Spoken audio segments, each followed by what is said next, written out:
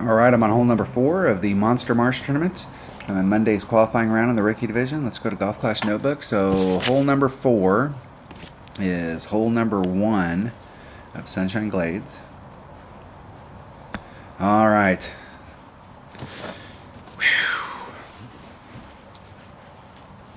So this hole right here, if you've got some upper developed clubs, this hole right here is super easy to get an eagle on, but I have no idea. I have no clue how this hole is going to play. Let me look at my bag real quick and then we'll go back and look at the hole. So with my QB is what I normally play it with. We've got 36 backspin, so we got about 3 bars of backspin. I'm not sure where we're at as far as like getting over to the other side. We definitely need to bring a big ball. And with my extra mile, I've got a little bit more backspin. I'm not sure if I can get that down with my QB. I really would rather bring my quarterback, but I know like with my upper developed stuff, I use probably like 5 backspin, and you can get right up at it. Secondary clubs do the same. Yeah, close enough. And I'm definitely going to want to bring a big ball. So let's go back and look at the hole. So you have several different ways that you can play this. I know if you're playing pro and expert, if you're playing upper stuff, you're more than likely going to use the rough bump. The rough bump is a very viable way to do this. I always liked to use, if I was doing the rough bump, I always liked to be in this cut of the rough right here, trying to feed it forward. And it doesn't take a whole lot of top spin to bring you out of here, maybe a couple, but this cut of the rough right here is definitely better if you're doing the rough bump trying to bring it up in. What I'm trying to do is bring it around this way and bring it towards the hole. So if you've got an upper developed sniper where you've got backspin, you can be about 3 rings off right here, 2 to 3 rings off, and kind of balancing it out so you get about 5 backspin, 5 left-hand side spin. It's going to put your ball guide right here, and you got to think about the arc of your shot. So it goes like this. So you want to make sure that however your distance is out here, that if you put curl on it, because your ball guide's taking you out in this direction. So in order to get it back towards the cup, you're going to have to use curl to bring that shot in. That wherever the second bounce is, that second bounce can clear the sand on the other side when you put the curl on it. And it's not going to clear by much, but you want to make sure, a lot of times I'll see people put right on the edge, like right on the edge of the sand, and then they put curl on it. Well, if you draw the arc, now you're in the sand. So when they put the curl on it, then they end up in the sand, and then they give me the little I'm pissed face, and it's like, dude, think about it. Your ball you don't hit off of the tee, and there's just a line out here, and it's like, okay, if I hit it to the left, it goes out here on the line. If I hit it to the right, it's out here on the line. Your shot is in an arc. And so if you're fine here and then you put curl on it, you're going to end up in some other spot. So you got to think about how the shot's going to play out when you take it. I'm not sure with these lower level stuff, and I don't remember. I haven't played this hole with this account, so I'm not sure. I'm going to go out here with my QB and see if I have enough to get it done. I doubt that I do. I'll probably have to switch to my number 1 bag. I'm going to start off with a QB and see how it looks, and then if I don't like it, I'll go to the extra mile. With the extra mile, you're going to need about 2 to 3 backspin. As long as you have 2 to 3 backspin, you should be able to do it, but I want to see if I can get out there with my QB. You have to get an eagle on this hole. That's a fact. Some of these par 4s is like, hey, trying to get the eagle is the goal. But on this particular hole, if you want to have any shot of being up towards the top, you have to get an eagle on this hole every single time you play it. When we talk about minimum score, to get your minimum score of -12, just coming here and getting a birdie and moving on. But this is the hole. This is a hole that if you want to have a top 10 finish and you play just a nice clean round, you have to get an eagle on this hole.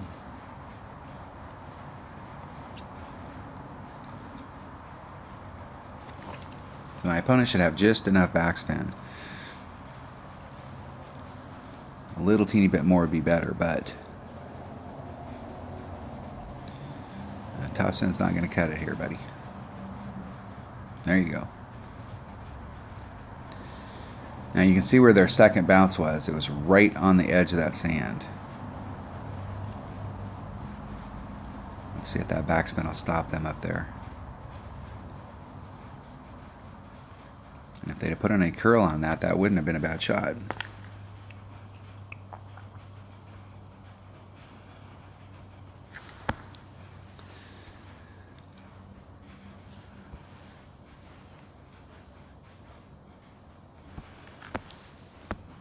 You see where mine is, so I'm right there at it.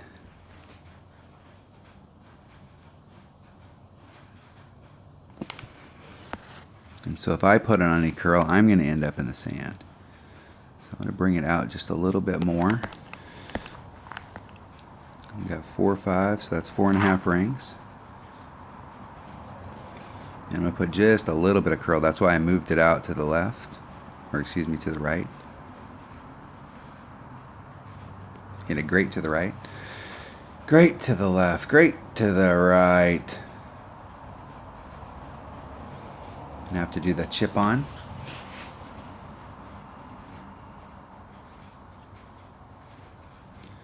And what I'm going to do next time I come here is I'm going to put on about 2.5 backspin. That'll give me the opportunity to put on a little bit more curl.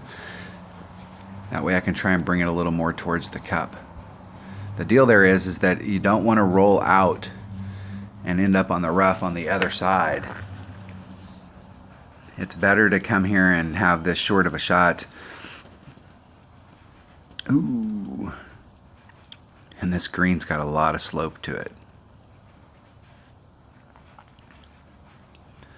The cup is on a little flat area, but there's a lot of slope on this green.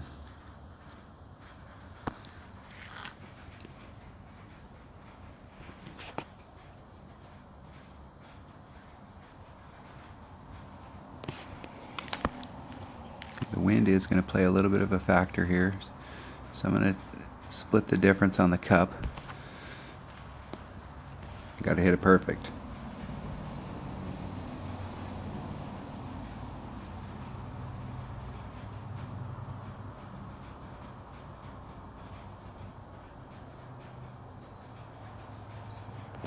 Hitting it perfect. And it just barely clipped the cup. Just barely clipped the flag, so the wind did play a little bit of a factor there from that distance. I think from the flagpole to the edge of the cup is 4 miles per hour. So I split the difference on that and was over about about a quarter of a cup. But you have to get an eagle on that hole. That hole is a absolutely must. We need to figure out, I'm going to work as the week goes on to try and figure out how to end up on the green, so I'm taking a putt. But I don't want to have to take a long putt. So it doesn't do me any good to get onto a hole like that. We'll go back to Golf Clash Notebook.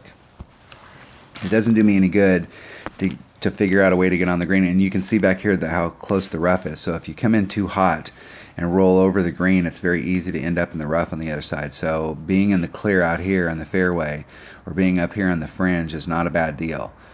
But I don't want to end up having to take a putt from over here where I'm having to go through those depressions that are in the green. There are several putts that are on this hole that could be pretty dangerous. And you don't want to be short out here having to take a long putt for it. So I'm going to continue to work this angle here to see if I can dribble out onto the green and get up towards the hole. But if I'm out here in the fairway, that's not going to be a bad deal. You still have work to get done, but you have to come to this hole with a thought process that you need to get an eagle. You don't want to put your birdie at risk by, it's not good when you have lower developed stuff. You think, okay, the sand is really close here, I can get on really easy. But when you've got lower developed stuff, your sand wedge, especially your sand wedge, may be really crappy in it. And when the needle's going really fast, it's really easy to make an error, and then you end up on the rough, or you end up out here in the fairway, and then you have to do a pitch on, and you may put your birdie at risk. So just being out here in the clear and taking that shot right there is good. it gives you a decent shot for eagle, but being on and being able to take a short putt is the goal. So still have work to do on this hole, but this hole is very eagleable, and you have to get an eagle if you want to have any shot on this hole. If you want to have any shot in the tournament of being up there in the top. So just shooting the minimum score, which is probably going to be the -12, is going to net you a pretty good finish. But if you can eagle that hole both times through, you're probably looking at a solid top 10. All right, that was hole number 4 of the Monster Marsh tournament and Monday's qualifying round in the rookie division. Thanks for watching.